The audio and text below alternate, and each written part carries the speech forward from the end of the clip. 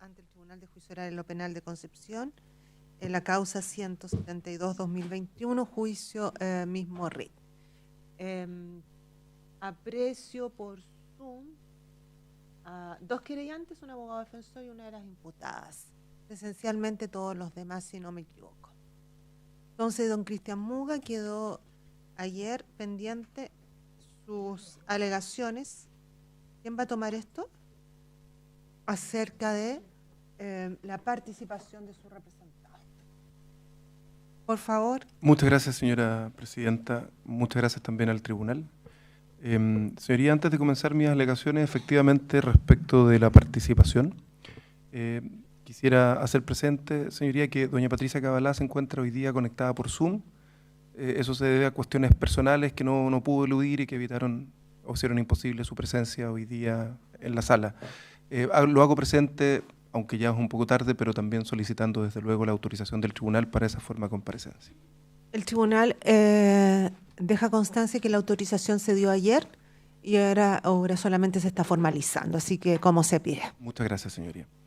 Señoría, y también este defensor hace su deber en corregir una información antes de comenzar con el alegato en lo que dice relación con la participación del señor Piraíno acerca de cierta información que entregué a propósito de fallos que citaban precedentes judiciales a propósito del principio de congruencia.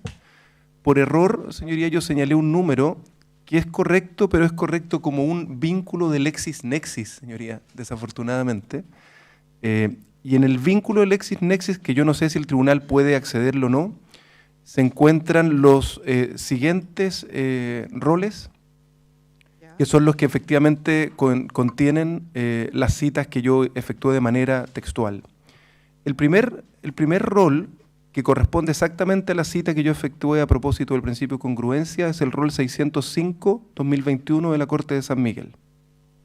Ya. Eran los tres roles que... Claro. Y que usted dio uno. Dio uno, y ahora voy, porque nuevamente, repito, di un número que corresponde a un enlace de LexisNexis, que fue un error involuntario de este defensor. Deme un segundo, ya, los encontré. Entonces, el de San Miguel usted había dado el 4007-2021. Y ese es un link de LexisNexis, perdón, señoría. Entonces, ¿cuál es el correcto? Bajo ese link se encuentran correctamente los siguientes roles. El primero de los que voy a señalar es el que corresponde a la cita del principio de congruencia. Es el 605 del guión 21 de la Ilustrísima Corte de Apelaciones de San Miguel.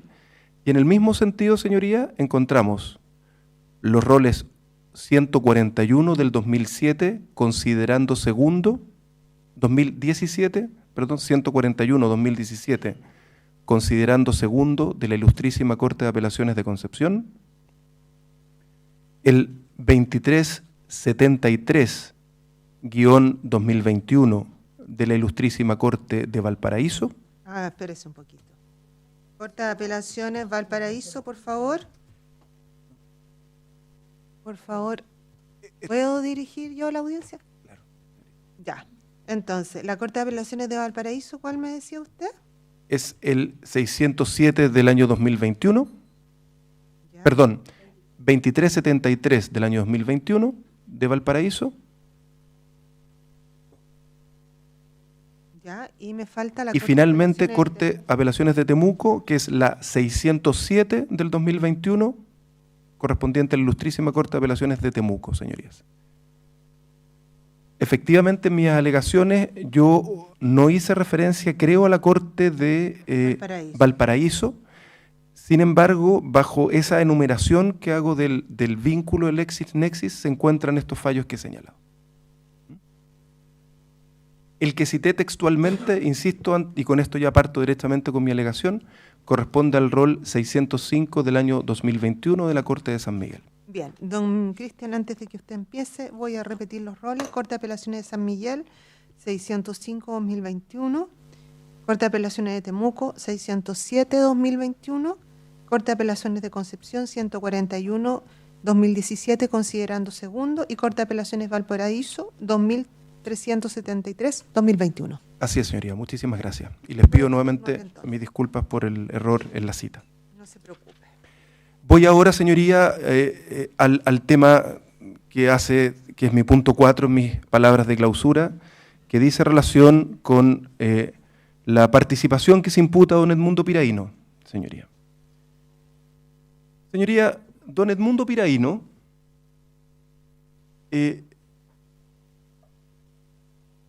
entró a trabajar en Apple el año 2003. Todo esto consta en su declaración prestada ante este tribunal. Desde ese año vive en la Quinta Región. Vive junto a su familia y a sus 3 hijos. Ellos cambiaron su domicilio a la Quinta Región para estar con don Edmundo Piraíno en sus labores profesionales.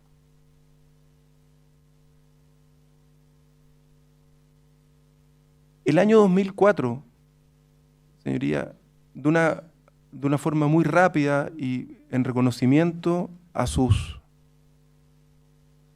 características profesionales, de liderazgo, de sensibilidad profesional y laboral, él fue nombrado el año 2004 director del Terminal Quintero. Él estuvo 5 años en el Terminal Marítimo, señoría. Es decir, hasta el 2009. Y desde ahí en adelante, señoría, él solo se ha desempeñado laboralmente en la refinería de Concón, desempeñando distintos puestos. Fue jefe de producción, señoría, de la refinería de Concón, de la refinería de Concón por 5 años. 5 años como jefe de producción. Y luego, señoría, el año 2018 fue nombrado gerente de la refinería.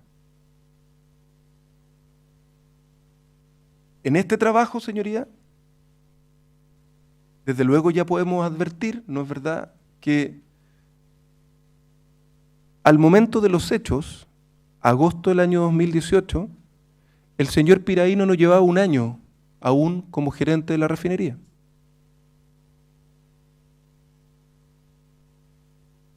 Y había dejado casi 10 años antes el cargo de jefe del Terminal Marítimo de Quintero.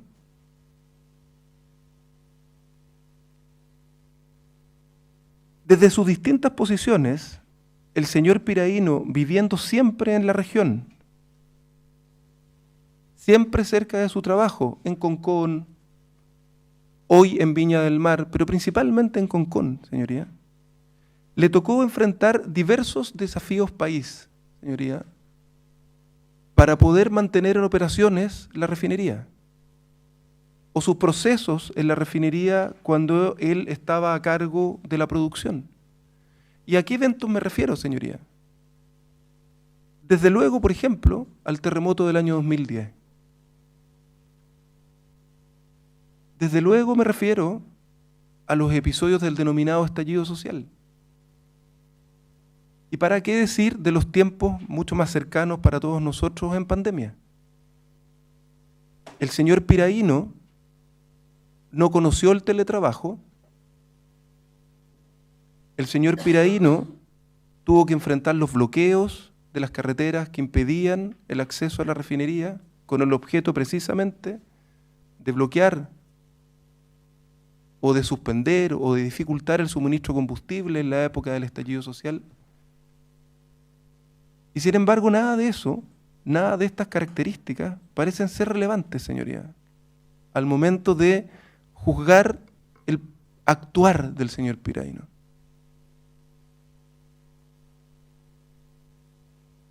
Parece ser que lo único que importa respecto del señor Piraíno es su perfil de cargo.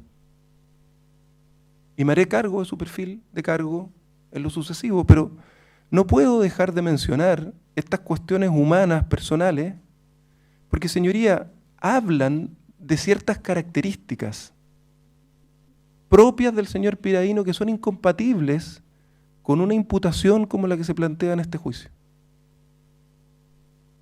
¿Para qué decir, señoría, la imputación nuevamente personal acerca de su obstaculización en esta investigación?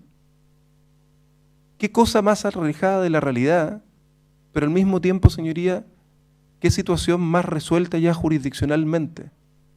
cuando se decidió que el señor Piraíno era un testigo de esos hechos y cuando el señor Pérez Calaf decide sobreseer definitivamente al denunciado, el fiscal del Ministerio Público, don Mauricio Dúner, por esos mismos actos de obstaculización. Pero veamos, señoría, qué ocurre en los hechos que se le imputan al señor Piraíno para intentar vincular la imputación fáctica con sus actividades.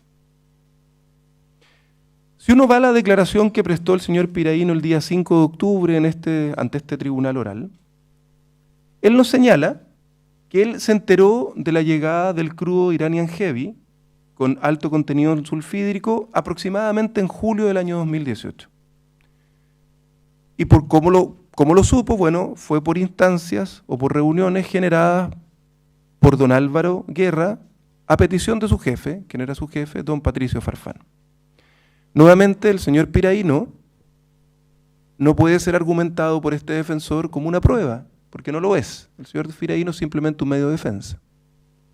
Pero si uno observa las declaraciones de don Álvaro Guerra y de don Patricio Farfán, que se prestaron los días 13 de diciembre y 15 de diciembre respectivamente, uno observa en esas declaraciones, el primero era un testigo ofrecido por el Ministerio Público, el segundo también, sin embargo, renunciado, y por lo tanto declaró en este tribunal como testigo de la defensa. Uno se observa frente a esas declaraciones que lo relatado por el señor Piraíno es absolutamente verídico y concordante con lo que los señores Guerra y Farfán declaran. En el sentido que esas reuniones tuvieron por objeto precisamente tomar las medidas de seguridad necesarias para hacer de la descarga y aditivación del crudo iraní un proceso seguro. En estas reuniones, nos explicaba el señor Guerra, se informa de la contratación de Baker Hughes para la aditivación de este crudo con el secuestrante en base a formaldehído. También se nos explicó por parte del señor Guerra, revisando ciertos documentos que durante su declaración se le exhibieron, el por qué se había elegido un secuestrante con base al aldehído y no a las aminas. En el mismo sentido, el día 5 de octubre, el señor Piraíno nos explicó. Y ambos nos dijeron, mire, no solo es un tema de estar contratando el mejor secuestrante disponible, que naturalmente era el más caro, sino que también tenía que ver con sus propiedades técnicas.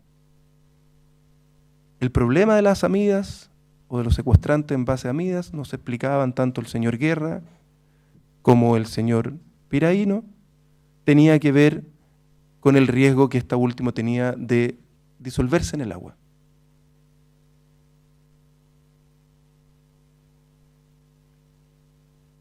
Señoría, yo no puedo hoy día en esta clausura decir que estas medidas de seguridad son obras del señor Piraíno.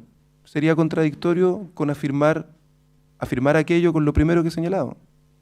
No, el señor Piraíno participa de las reuniones generadas a nivel central que tenían por objeto ¿qué, señoría? Ser indiferentes frente al riesgo. Tenían por objeto desentenderse del riesgo. Buscaban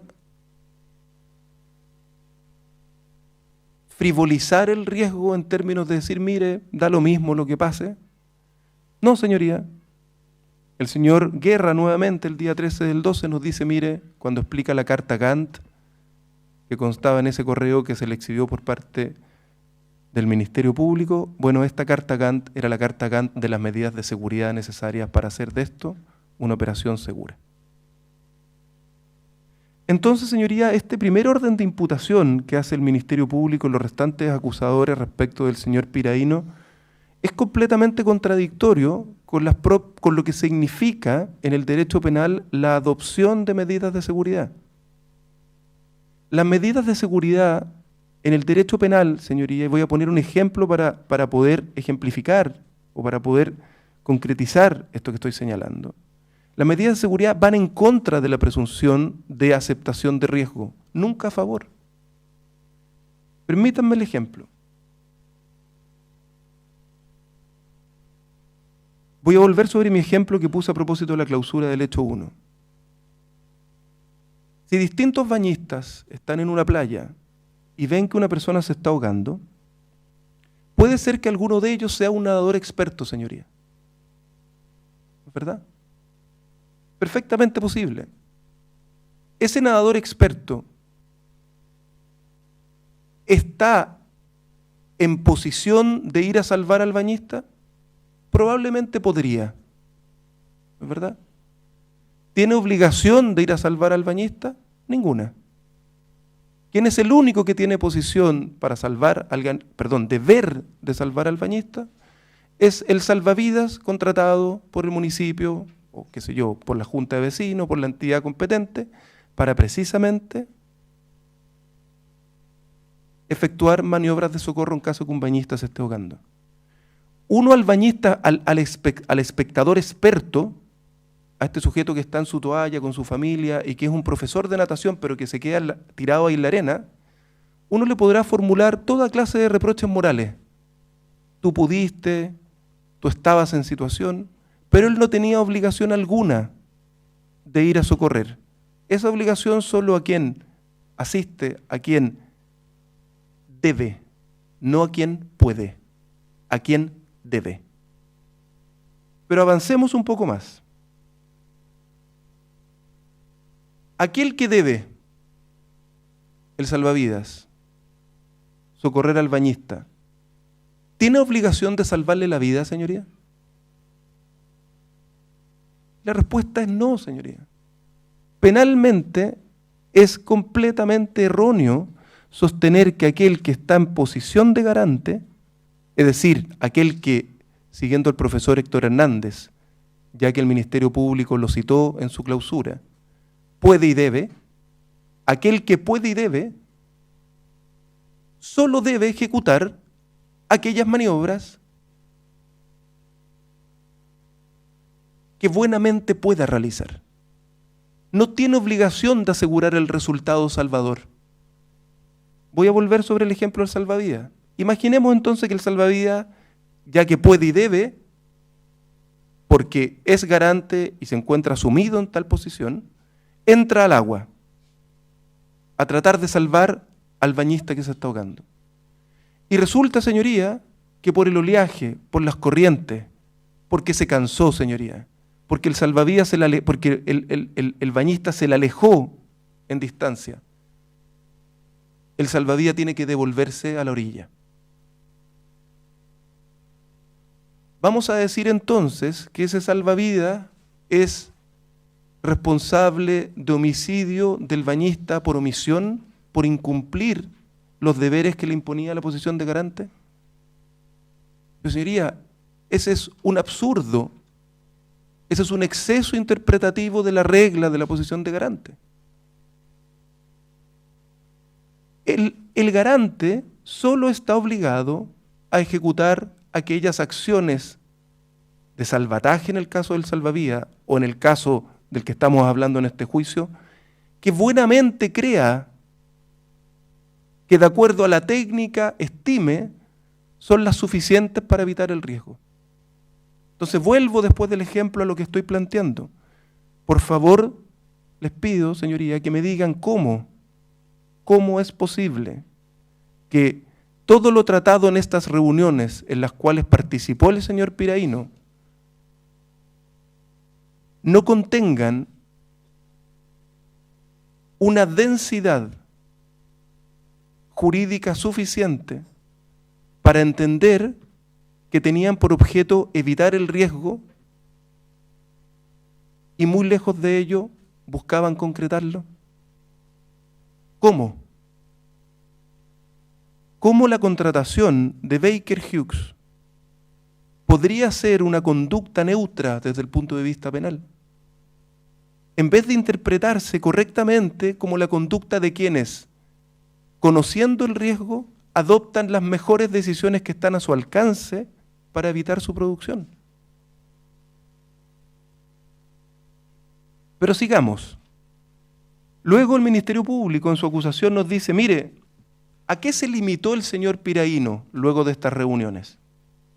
Se limitó a pedirle al señor Lizana que fuera a Talcahuano para participar de las ASR que ahí se estaban realizando y que observara el procedimiento de descarga y aditivación. Entonces se nos dice, mire, esto fue insuficiente. ¿Por qué fue insuficiente? Porque en Quintero solo hubo esta decisión y luego un ASR para la aditivación, nada para la descarga ni para ningún procedimiento posterior. Las defensas previas ya han hablado, señoría, de por qué eso fue así y han señalado cuáles son los documentos en que constan los procedimientos para la descarga de crudo. En Quintero no se necesitan ASR para los procedimientos habituales. Voy a volver sobre la habitualidad más adelante. Y solo se hizo ASR para los procedimientos que no tenían, o para las operaciones que no tenían un procedimiento previamente descrito. Pero antes de eso, porque no quiero volver a ese argumento para no cansar al tribunal en la reiteración. Un argumento no es mejor porque se reitere más veces. Tengo que decir, señoría, cómo es de contradictoria la imputación al señor Piraíno respecto de la imputación en el hecho 1.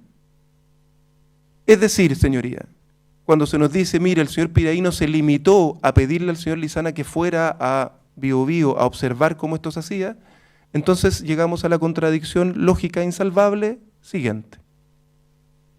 En Biobío se imputa hacer. ¿Hacer qué? Hacer 5 o 6 ASR. Porque esas ASR no sirven en lo más mínimo para demostrar que se intentó evitar cualquier riesgo. Se imputa hacer, se imputa ir a reuniones, se imputa 5 ASRs, se imputa pedir reuniones inusualmente ante la autoridad marítima. ¿Y en Quintero qué se imputa? Se imputa no hacerla, señoría. Al señor Piraíno se le imputa no haber hecho o no haber participado de más ASR.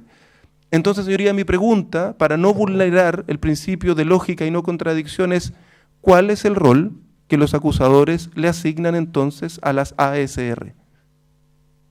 Si ya sea porque se hacen o porque no se hacen, la imputación penal se va a efectuar igual. ¿Hicimos ASR? Bueno, entonces se imputa penalmente. ¿No hicimos? Entonces se imputa penalmente. ¿Cuál es el rol? ¿Cuál es el rol que el acusador asigna entonces a el análisis sistemático de riesgo?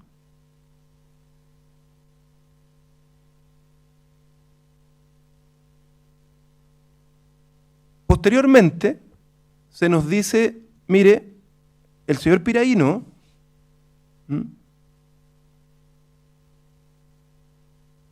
recibe, esto no lo dice el Ministerio Público, tengo que ser muy preciso en esto, recibe correos de los señores Gamboa y Font, advirtiendo lo que había ocurrido con el drenaje el día 17. Esto lo pregunta el querellante señor Valdés directamente al señor Piraíno el día 5 de octubre. Y el señor Piraíno debe corregirlo una y otra vez frente a esas preguntas que él no recibió esos correos, que ni siquiera era destinatario en esos correos. ¿Qué es lo que ocurrió? Y que probablemente fue lo que motivó la confusión para formular esa clase de preguntas, es que el señor Piraíno recibe un llamado, esto declarado tanto por el señor Rodes como por el señor Piraíno,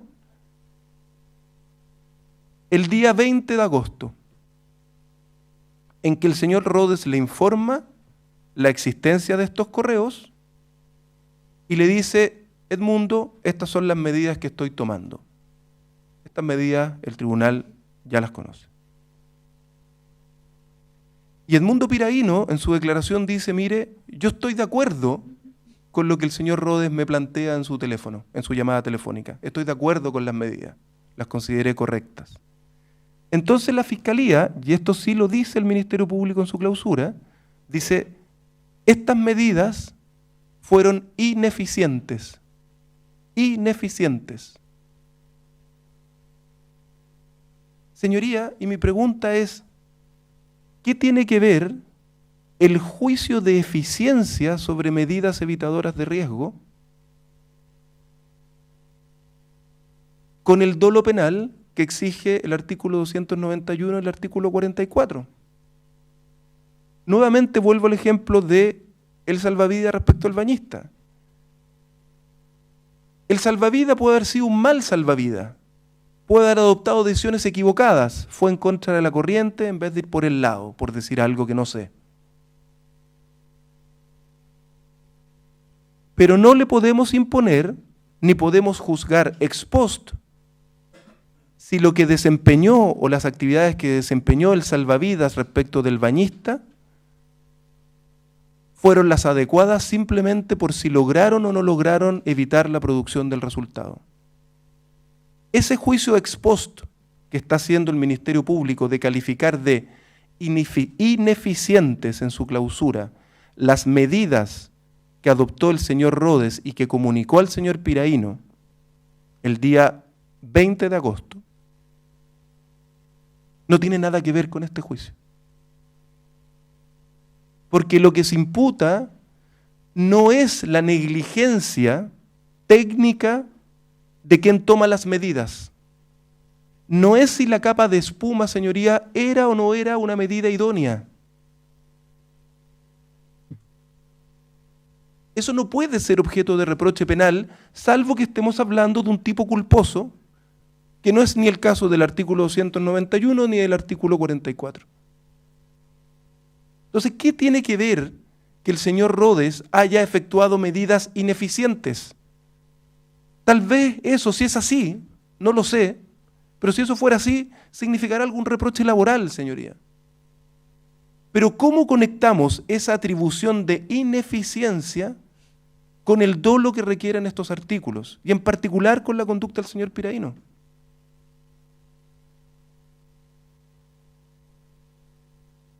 Pero señoría, lo que me llama más la atención en esto es que no se nos dice una palabra del documento 186, PDF número 26. Documento propio de la defensa, señoría. 186, folio 26, o PDF 26.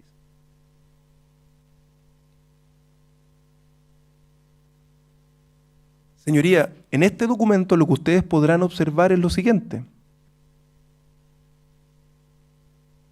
Es que el señor Piraíno, a propósito de la declaración de urgencia operativa en el terminal, contrató él, señoría, PDF número 26 del documento 186, contrató él personalmente a Subatrans.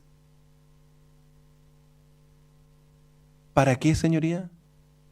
Para que las aguas del emisario o del sistema de remulación no salieran por el emisario, de acuerdo a lo que había sido instruido por la autoridad ambiental.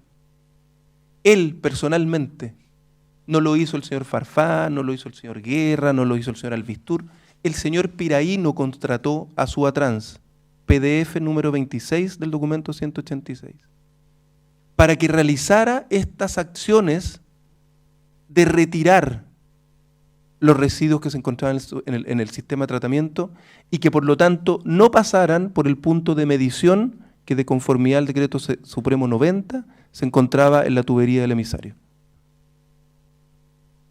Se nos dirá, bueno, pero mire, sabe que esa medida la dispuso la autoridad medioambiental, no el señor Piraíno. ¿Y qué nos están imputando con eso, señoría? ¿Nos están imputando que este es un delito tentado? ¿Esto es un delito frustrado porque intervino la autoridad antes que las aguas salieran por el emisario? ¿Dónde está eso en la acusación, señoría? Lo concreto es que el señor Piraíno contrató a Subatrans. Y en este documento 186, señoría, les pido por favor, que tomen nota de los certificados que entrega la empresa Bravo Energy. Bravo Energy. ¿Qué dicen estos certificados? Que lo que se retiró de ahí, del sistema de tratamiento de riles, terminó en empresas dedicadas a la disposición final de residuos ¿De conformidad a cuál ley, señoría? Ni más ni menos que de conformidad a la ley de residuos. Por favor, miremos el documento 186 en los certificados que Suatrans acompaña en su informe final de faenas, en donde constan estas dos circunstancias que yo le he señalado. La contratación por parte del señor Piraíno y los certificados de disposición final por parte de Bravo Energy.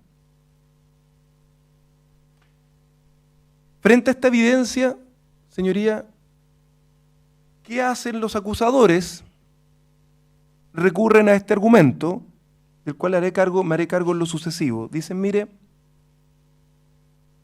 nosotros podemos establecer o construir la participación del señor Piraíno y de otros acusados, pero me detengo en el señor Piraíno,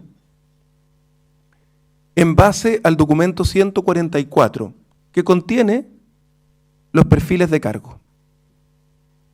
Y la señora fiscal me dice, mire, y me extraña que el colega señor Muga, en su clausura por el hecho 2, desconozca la importancia de los perfiles de cargo. Entonces, señoría, yo tengo que partir por esto último para analizar los perfiles de cargo, jurídicamente, naturalmente. Yo no digo que los perfiles de cargo no tengan importancia. ¿Qué duda cabe, señoría, que los perfiles de cargo son decisivos, por ejemplo, en juicios laborales? Que no cabe ninguna duda que ahí podemos encontrar en el perfil de cargo cierta atribución o ámbitos de competencia. Sin embargo, en el punto penal, que es lo que a nosotros nos convoca en este juicio, mi pregunta es, ¿los perfiles de cargo tienen la densidad normativa suficiente que exige el profesor Bascuñán, por ejemplo, en el informe en derecho que nos citó la señora fiscal, para entender que ahí se contiene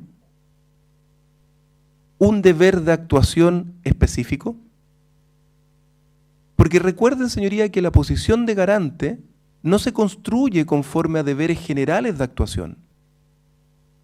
Imagínense ustedes entonces, si lo construyéramos conforme a deberes generales de actuación, ¿qué ocurriría, por ejemplo, con un ministro de Estado? Por ejemplo, con el ministro del Interior respecto de la seguridad pública. ¿Sería garante de cualquier cosa que ocurriera en el país en materia de seguridad? No, la posición de garante se construye en base a ciertos deberes de carácter específico, concreto. Solo cuando existe la descripción de un deber de actuación específico, entonces ese sujeto o esa persona está en posición de garante frente a su incumplimiento. Entonces el problema de los perfiles de cargo es que carecen de esta densidad normativa suficiente. ¿Por qué lo digo? Porque, por ejemplo, en el documento 144 se encuentra también el perfil de cargo del gerente de refinación y combustibles. Esto se denomina perfil de cargo de RIC. El gerente de refinación y combustibles ha sido temporalmente, ese cargo lo han ocupado las siguientes personas en la temporalidad de este juicio: el señor Manríquez, el señor Sufán y el señor Farfán. Cuando uno revisa ese perfil de cargo, el del gerente de RIC, se da cuenta que tiene exactamente las mismas obligaciones, los mismos deberes, los mismos ámbitos de competencia en materia ambiental y de comunidades que el cargo de gerente de refinerías y que el cargo del jefe del terminal marítimo. Entonces me pregunto, ¿qué hace distinto a ese perfil de cargo respecto de estas obligaciones que aquellos perfiles de cargo de las personas que se encuentran hoy día acusadas en este juicio y en particular del señor Piraíno? Entonces, no es un problema, señoría, que el perfil de cargo no sirva. No, lo que ocurre es que el perfil de cargo carece de la densidad normativa suficiente para imponer un deber de actuación concreto. Pero señoría, imaginémonos que todo lo que yo estoy diciendo o no hace sentido en el tribunal, o el tribunal legítimamente tiene una posición jurídica contraria a esta, en cuanto a que el perfil de cargo constituye un precedente suficiente para construir un deber de actuación concreto que, si es infringido, se infringe entonces la posición de garante que conllevaba. Señorías, y esta es una cuestión que yo no puedo dejar pasar. Y que la duda me surgió cuando escuché a la señora fiscal hablar de los deberes que imponía el deber de cargo, de acuerdo a su perfil, para el señor Piraíno.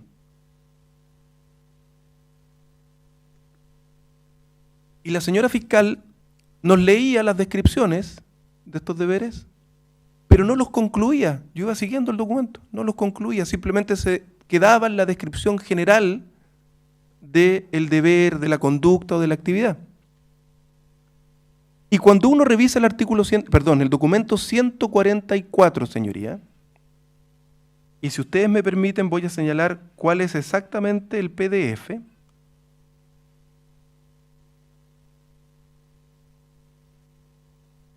Permítame un segundo, señoría, perdone que haga esta pausa, pero quiero ser muy preciso en esto.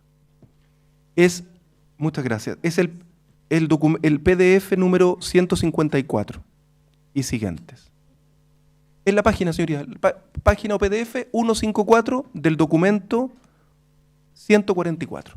Ahí se encuentra el perfil de cargo del señor Piraíno, en el cual, retomo mi idea, la señora fiscal no señalaba cuál era la actividad o cuál era el deber ambiental, comunitario, en fin, pero faltaba la conclusión y yo lo iba siguiendo y dije, bueno, voy a anotar esto para mi clausura. ¿Qué es lo que faltaba?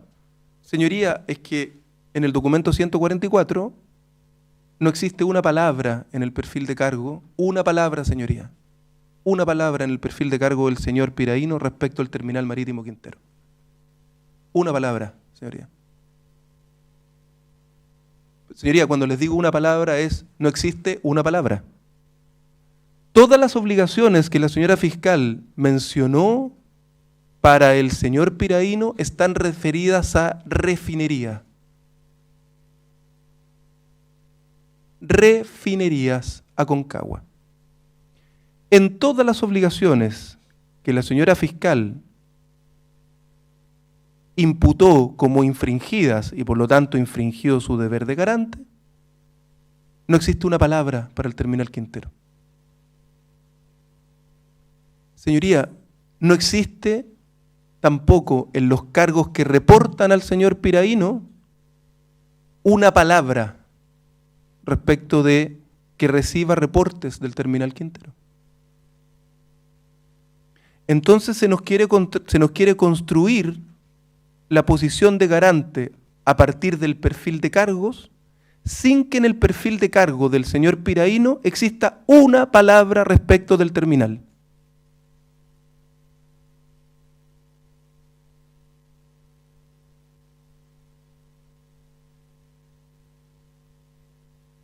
Señoría, ¿recuerdan ustedes, de acuerdo a lo que se dijo en este juicio, cuándo fue la primera vez que el señor Piraíno llegó al terminal Quintero en estos eventos? El día 24 de agosto. Acompañando autoridades, y la siguió acompañando diariamente hasta el término de sus fiscalizaciones. Mi pregunta es, señoría, ¿cómo podemos construir retroactivamente el dolo del señor Piraíno si la primera vez que estuvo en el terminal en estos hechos fue el día 24 de agosto?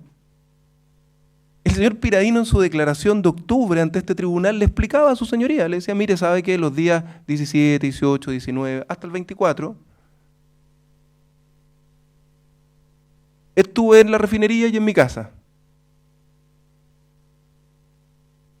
Entonces a nosotros se nos quiere construir un dolo ex post, Es decir, a partir de lo que el señor Piraíno hizo desde el día 24 de agosto en adelante, cuando se constituyó por primera vez en el terminal marítimo Quintero,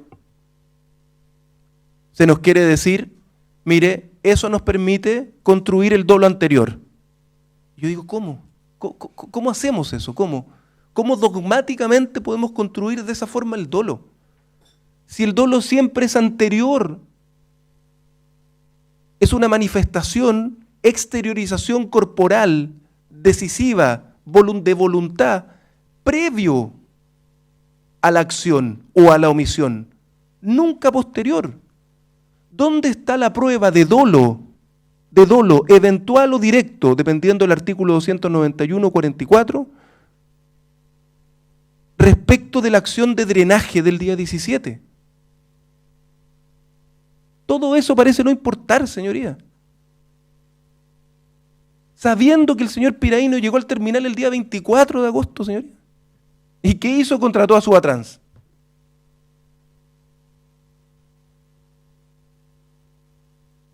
Entonces ahí nuevamente se nos dice, no, mire, el señor Piraíno, lo que ocurrió, y esto es lo que probaría el dolo, ¿no es verdad? El señor Piraíno empezó a esconder la información. Entonces le decía algunas cositas a algunos, autoridad, otras a otras. Nuevamente, señoría. Nuevamente.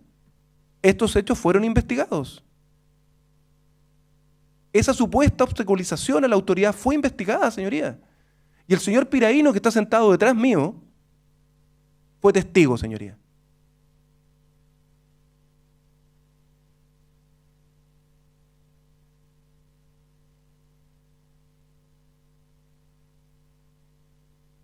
Señoría, aquí se nos dice, mire, en una cita de autores realmente de una competencia que es imposible discutir, ¿no? Podríamos construir el principio de la comisión por omisión, esto de la posición de garante, en fin, a partir de autores tan destacados como el profesor Kaufmann, ¿no es verdad? Uno de los primeros que efectivamente escribió sobre comisión por omisión. Pero luego se nos citan dos, señoría, mucho más cercanos en términos temporales. Uno es el profesor Silva Sánchez, Jesús María Silva Sánchez. Él es probablemente uno de los autores en derecho penal más importantes del siglo XX, señoría. En eso tiene mucha razón la señora fiscal. Él es director del programa de magíster y posgrado de la Universidad Pompeu Fabra. Ha estado en Chile muchas veces, incluso como perito en algunos juicios. Pero ¿qué no se les dice respecto al profesor Silva Sánchez? Es que lejos el profesor Silva Sánchez de sostener una teoría amplia de la responsabilidad del empresario, como sostiene la señora fiscal, en su libro que se denomina, es un libro muy cortito, señoría, y realmente muy fácil lectura, porque esa es una de sus principales virtudes del profesor Silva Sánchez, en su libro que se llama Tiempos de Derecho Penal. Es un libro que tiene no más de 90 páginas, señoría. Él plantea la tesis completamente contraria. En Tiempos de Derecho Penal, el profesor Silva Sánchez dice, mire, frente al fenómeno expansivo del derecho penal que suponen las nuevas formas de criminalidad, como las organizativas, empresariales, o las actividades de riesgo, como el transporte aéreo, la respuesta no está en el derecho penal. ¿Saben dónde está, señoría, para el profesor Silva Sánchez? Está en creo que son más de 3 decenas de demandas civiles que se han interpuesto por estos mismos hechos, por parte de las mismas personas que son querellantes. Y está precisamente en la autoridad, en la actividad regulatoria de la autoridad específica y competente, en este caso la SMA. El profesor Silva nos dice, mire, la respuesta al fenómeno expansivo del derecho penal está ahí, no está en la solución penal tradicional. Tiempos de derecho penal, señoría. Y luego se nos cita al profesor Héctor Hernández. Y Héctor Hernández es probablemente, señoría, uno de los autores nacionales más importantes de la nueva generación de autores nacionales, Cuando digo nueva generación me refiero a la generación posterior a don Alfredo, a don Enrique, ¿no es verdad? Al señor Novoa. Y Héctor Hernández ha sido informante en Derecho para el Ministerio Público y para el Consejo de Defensa del Estado muchas más veces de lo que ha sido para las defensas. Director del Departamento de Derecho Penal de la Universidad Diego Portales.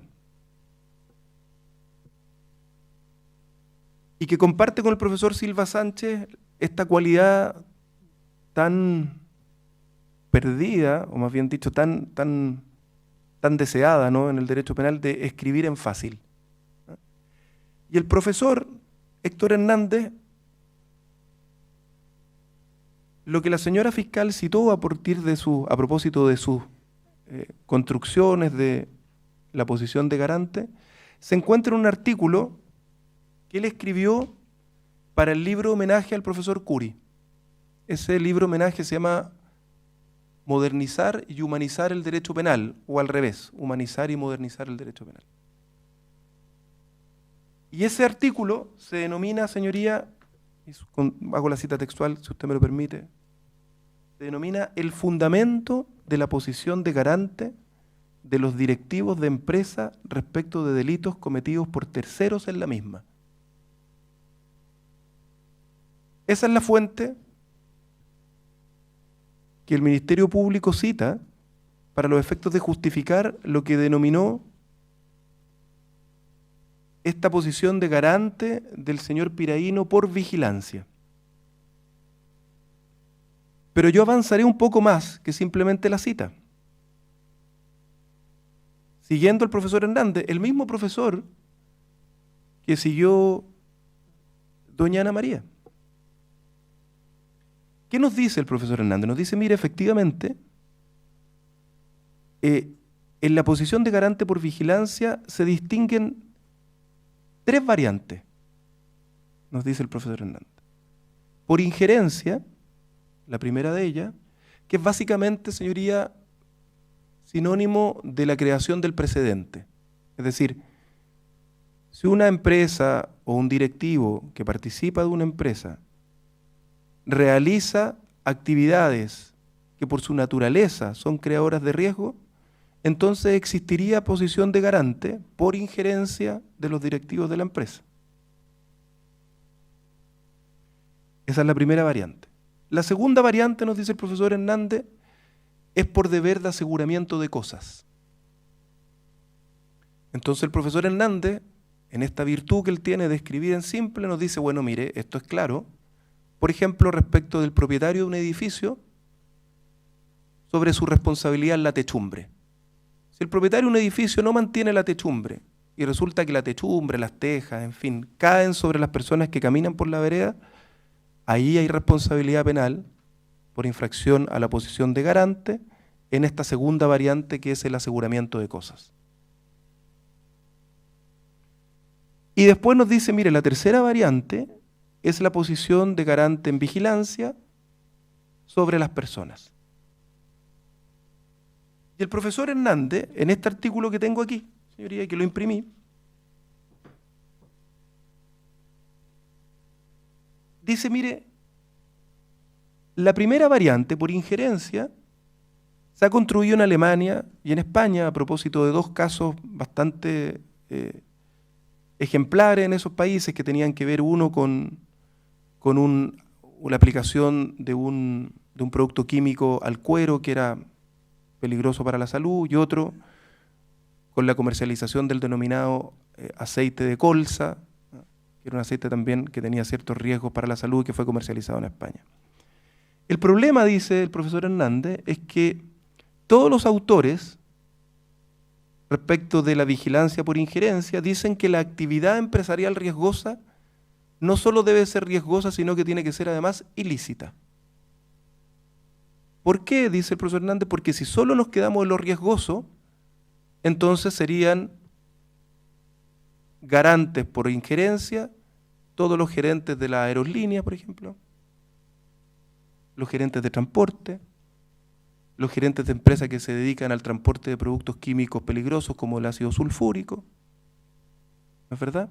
Entonces dice, mire, como la sociedad moderna acepta la realización de actividades riesgosas, entonces tenemos que agregar un calificativo adicional. Y es que esas actividades, para generar esta posición de garante por injerencia, deben ser ilícitas. Pero agrega además el profesor Hernández que en Chile esta primera variante no tiene recepción jurisprudencial alguna. La segunda variante, nos dice el profesor Hernández, efectivamente en Chile tiene acogida. Y con toda razón, señoría. Si se cae el techo de un edificio, el administrador o el dueño de ese edificio debe responder por su deber de aseguramiento de cosas potencialmente peligrosas. ¿Qué duda cabe sobre esto? Y en la tercera variante, aseguramiento de personas, dice, mire, esto no tiene acogida no solo en Chile jurisprudencial, sino que en ninguna parte. Y recién está siendo trabajado en Alemania, señala él, porque responsabilizar a un tercero por la acción, penalmente hablando, de otros, colisiona directamente con los principios de la autonomía y autorresponsabilidad en el ámbito empresarial. Y esa colisión, nos dice el profesor Hernández, es insalvable. Si el subordinado realiza una acción conociendo los riesgos que su acción tenía, los acepta en su voluntad y actúa de manera frívola respecto de su producción, nos dice el profesor Hernández, bueno, ¿cómo responsabilizo al empresario o al directivo, en este caso al señor Piraíno, sin vulnerar el principio de la autorresponsabilidad y de la autonomía de la persona que ejecutó esa acción? Por esta razón, dice el profesor Hernández, este principio o esta variante de la posición de garante por injerencia en Chile no es aceptada ni en ninguna parte.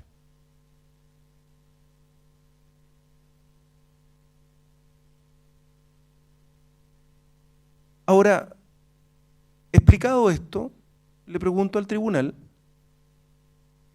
¿cuál de estas variantes es la que imputó el Ministerio Público al señor Piraíno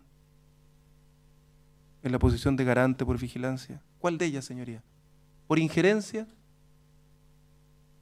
¿Por responsabilidad sobre las cosas? ¿Por responsabilidad sobre el subordinado? ¿Cuál de ellas, señoría? Señoría, complejicémoslo un poco más. ¿Con cuál de estas categorías el Ministerio Público compatibiliza el artículo 15, número 1, que es aquel cuya calificación jurídica solicita para el señor Piraíno? ¿Con cuál de estas, señoría? En este juicio hemos escuchado que el Ministerio Público nos dice que es autoría individual del 15, número 1. Pero la acusación parece imputar coautoría porque habla de estar concordados o estar de acuerdo, habla en plural, conjuntamente ejecutaron, conjuntamente omitieron. Y luego, sorpresivamente, un querellante nos dice que esto es autoría mediata.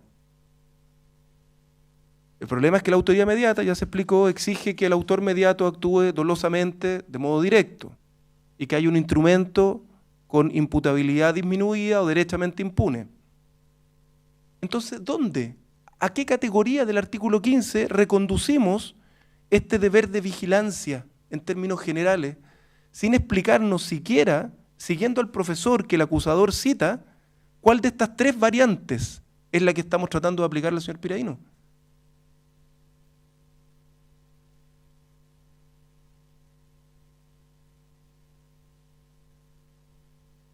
Voy a concluir mi alegato para demostrar el problema de participación insalvable que esto tiene respecto del señor Piraíno, con dos ejemplos, señoría.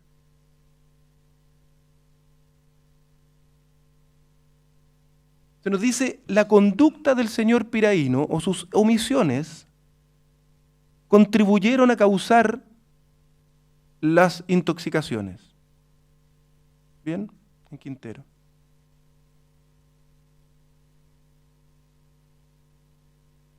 les pido por favor, señoría, que revisen el siguiente hecho público y notorio. El día 2 de junio del año 2022, a muy pocos meses de comenzar este juicio oral y cuando la etapa probatoria ya se encontraba vencida para esta defensa, esto está publicado en Radio Bio Bio, en Bio Bio Chile, en La Tercera, en EMOL. Es probablemente el primer hallazgo que se encuentra en Google. 2 de junio del año 2022. ¿En dónde? En el Liceo Politécnico de Quintero. Nos debe sonar muy familiar esto. 18 alumnos evacuados y hospitalizados. ¿Por qué? Por intoxicación por ácido sulfídrico proveniente de las alcantarillas. ¿De esto también es responsable el señor Piraíno, señoría? Parece que por primera vez a nivel público se le hace caso a don Pablo Barañao. 2 de junio del año 2022. ¿A esto también contribuyó el señor Piraíno?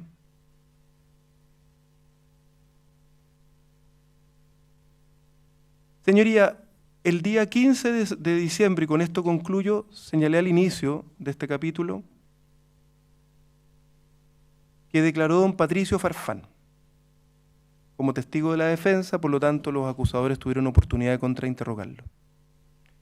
Y voy a hacer el mismo ejercicio, literal, con su autorización, señoría. Parcial, naturalmente, ¿no? De conducir exactamente las mismas preguntas que la señora fiscal condujo al señor Farfán, pero las voy a reconducir al señor Piraíno de acuerdo a la prueba que se rindió en este juicio. Con su autorización, señoría. La señora fiscal le pregunta al señor Farfán. Le voy a hacer varias preguntas más precisas, todas orientadas al año 2018. Ya, contesta el señor Farfán. ¿Usted decidió traer el crudo iraní? No, yo no decidí traerlo, responde Farfán. Le voy a preguntar al señor Piraíno ahora. ¿Usted decidió traer el crudo iraní? No, el señor Piraíno no decidió traer el crudo iraní. Continúa la señora fiscal. ¿Usted decidió contratar a Baker Hughes? Responde Farfán. No, yo no firmé la contratación. Perdón, yo firmé la contratación. Discúlpeme. No, ese es mi error. Dice, no, coma, yo firmé la contratación. Yo firmé la contratación. Hagámosle la pregunta al señor Piraíno ahora. ¿Usted decidió contratar a Baker Hughes, señor Piraíno, de acuerdo a la prueba rendida? No, el señor Piraíno ni decidió contratarlo, ni firmó la contratación. Luego continúa la señora fiscal. ¿Usted decidió el drenaje del tanque 5111 con crudo iraní en el terminal marítimo de Quintero? Responde Farfán. No, no decido yo eso. Preguntémosle esto a Piraíno. ¿Usted decidió el drenaje del tanque 5111 con crudo iraní en el terminal marítimo Quintero? No, el señor Piraíno no decidió ese drenaje. Finalmente, la señora fiscal termina con el señor Farfán. ¿Usted responde llamadas de emergencia desde un terminal marítimo de NAP, por ejemplo, cuando se sienten olores fuertes? Y Farfán responde, no. Hagámosle la misma pregunta al señor Piraíno. ¿Usted responde llamadas de emergencia desde un terminal marítimo de NAP, por ejemplo, cuando se sienten olores fuertes? Y vayamos al documento 144, que es su perfil de cargo, y respondamos conforme a su perfil de cargo. No, el señor Piraíno no responde llamadas de emergencia desde el terminal. Señoría, este tribunal es la única garantía que estas defensas tienen. La única. No tenemos otra. Es la garantía, señoría, que tenemos de ponderar la prueba conforme al mérito de su rendición. Es la única garantía que el señor Piraíno tiene de que no se especulará con pruebas, de que no se subvencionará lo que aquí no se dijo. Es la única garantía que el señor Piraí no tiene, que a su respecto se hará finalmente justicia en lo que fueron sus acciones durante el mes de agosto del año 2018.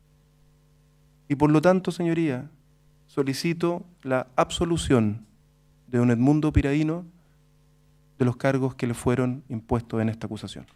Muchas gracias, señoría, por su tiempo.